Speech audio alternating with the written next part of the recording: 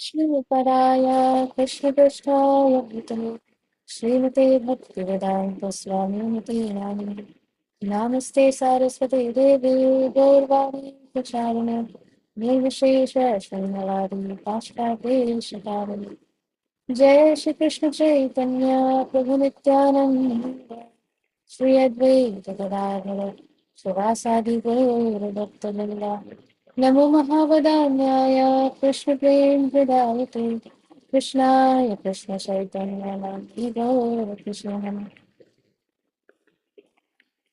अनंत लीलामय विग्रहाय भीमापतिव्यै छविसुन्दराय तस्मै महाप्रेम रसप्रदाय चैतन्यचन्द्राय नमो नमस्ते चैतन्यचन्द्राय नमो नमस्ते चैतन्यचन्द्राय नमो नमस्ते जय जय श्री चैतन्य जय नित्यानंद जय द्वैतचन्द्र जय गौरभक्तवृन्द हरे Krishna Krishna Krishna Hare Hare Hare Ram Ram Ram Hare Hare.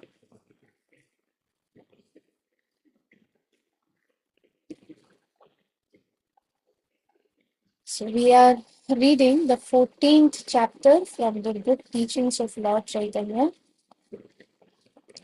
And in our last reading session, we saw that Mahaprabhu says that the fifth stage of perfection, which is beyond the four material stages of perfection, uh, dharma, artha, kama, moksha, is four stages of material perfection. And the fifth stage is the perfection in Krishna consciousness or devotional service to the Lord. That is beyond the um, beyond the four stages of perfection of this material world. Already liberated, the devotees who reach the highest perfection of devotional service in Krishna consciousness experience the taste of the ecstasy of spiritual relish. The Lord then told Sri Sanatan Goswami that he had previously taught Srila Sanatan Goswami's younger brother, Sri Rupa Goswami, at Prayag, Allahabad.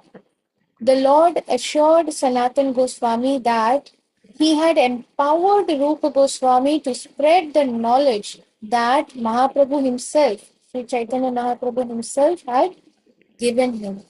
So, unless the Supreme Lord personally empowers a devotee, the devotee cannot write these literatures, these uh, uh, literatures pertaining to the Supreme Lord.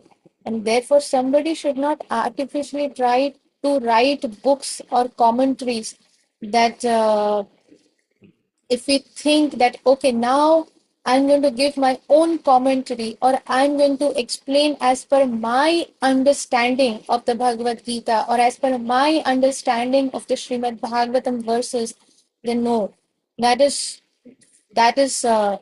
offense, that is completely faulty, and that is not at all what a devotee does.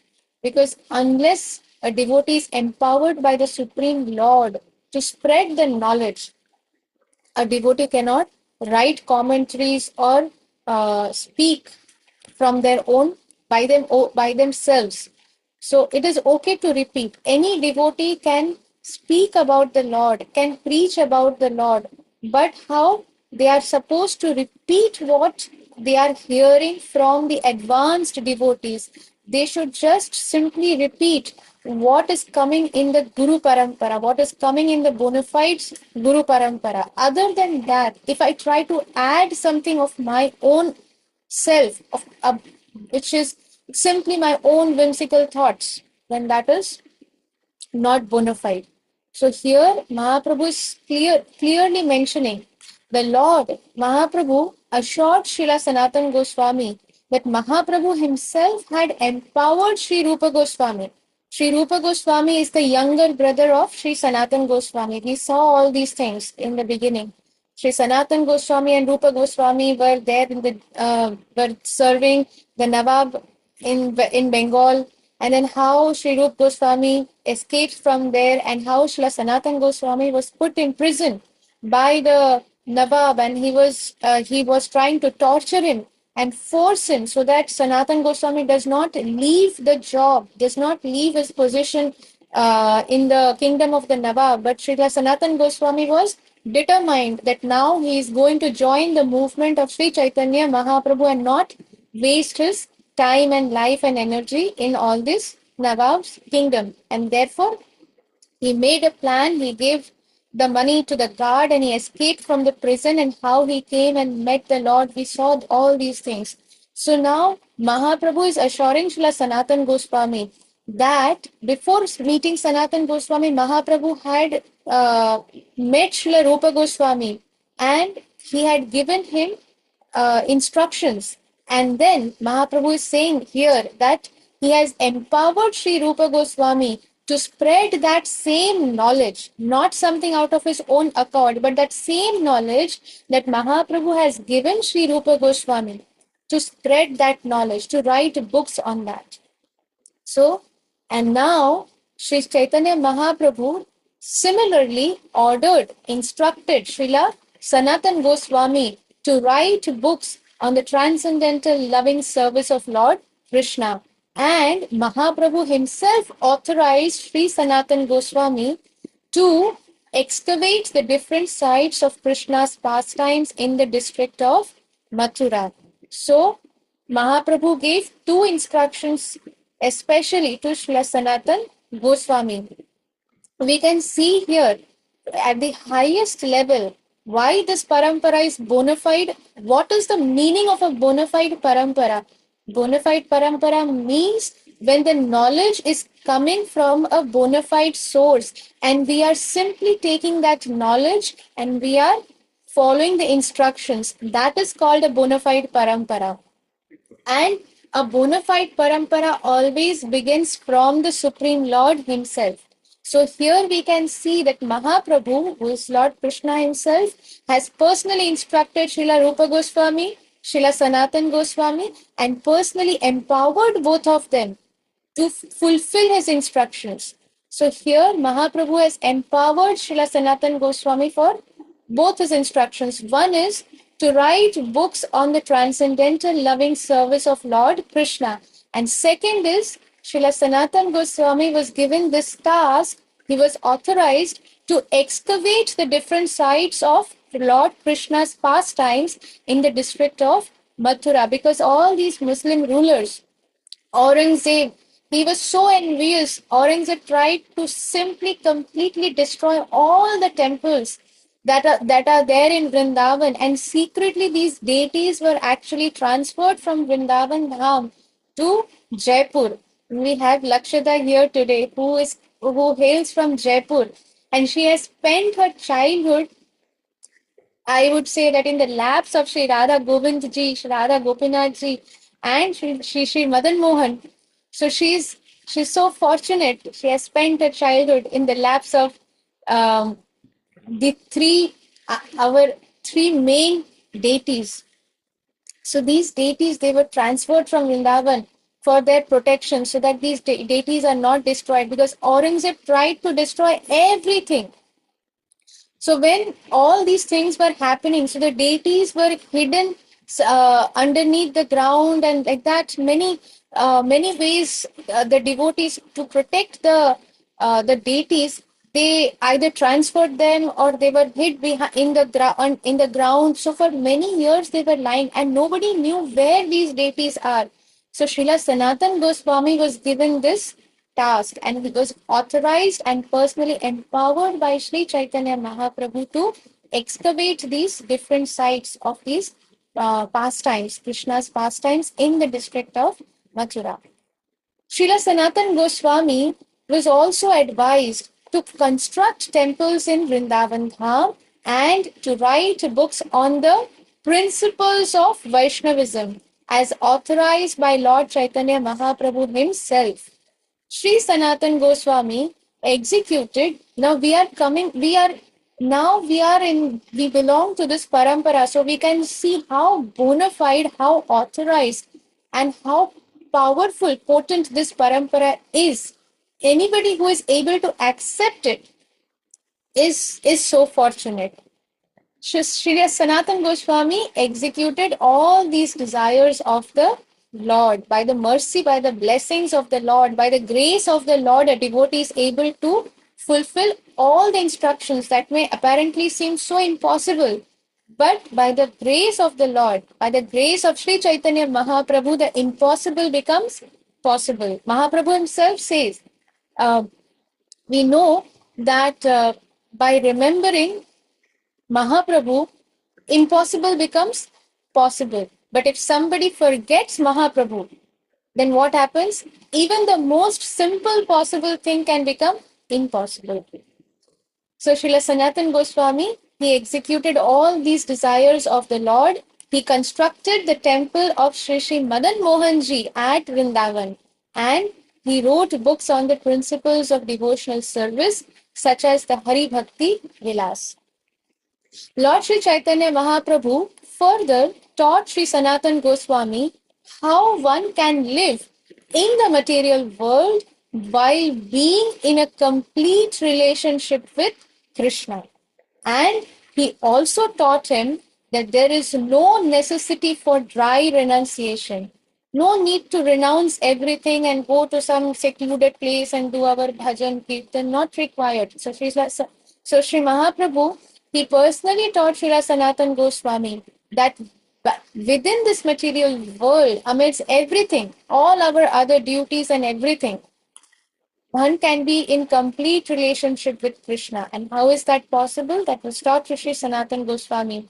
And our acharyas have taught it in disciplic succession. And Srila Prabhupada has given us all those things to us, to the followers in ISKCON. Therefore, all the devotees who are sincere followers of Srila Prabhupada, they are sincerely following this and they are completely in relationship with Krishna all the time, although they are in the material world, although they are doing all their duties. In fact, they are doing all their duties in the most perfect manner, yet they are in complete relationship with Krishna.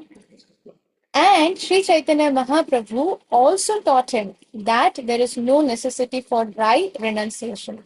The purport of all these instructions is that in the present age, in Kali Yuga, there are many persons who accept the renounced order of life, sannyas, but who are not spiritually advanced.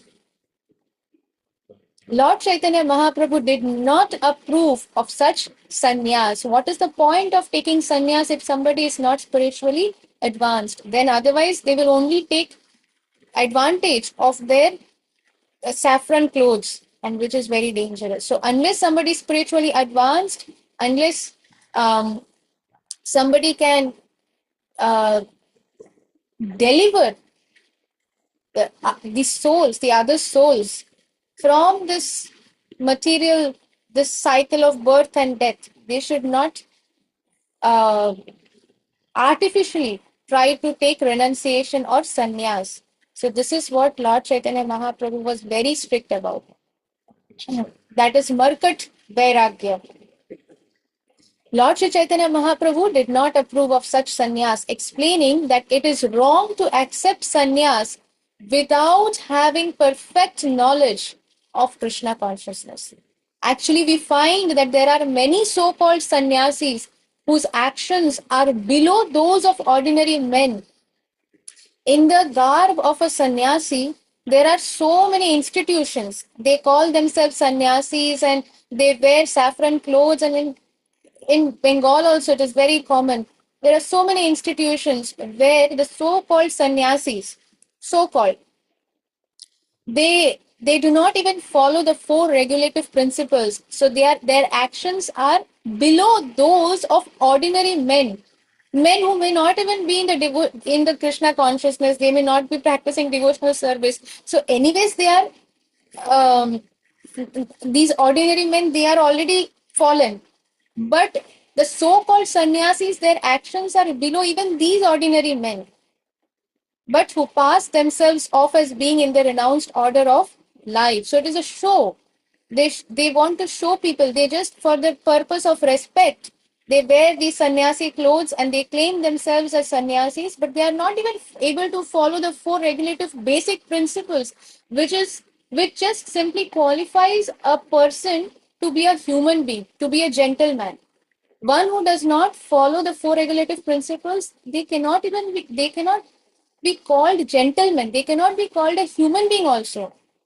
And these so-called sannyasis, they are in that category. They are in that state of in that state.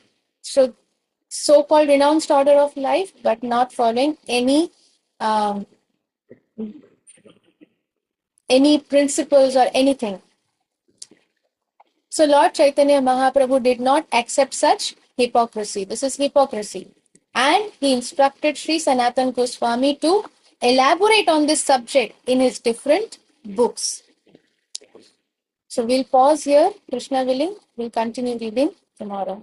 Thank you very much for your very, very kind association. वंशाकल्पतरुभ्यश्च कृपा सिन्धुभ्यैव च पतितानां पावनेभ्यो वैष्णवेभ्यो नमो नमः। अनंत कोटि वैष्णववृंद की जय। श्रील हरिदास ठाकुर की जय। श्री श्रील जय प्रताप स्वामी जी महाराज की जय। श्रील प्रभुपाद की जय। निताई गौर प्रेमानंदे हरि हरि। हरि हरि हरि हरि बोल। बोल। हरि हरि बोल।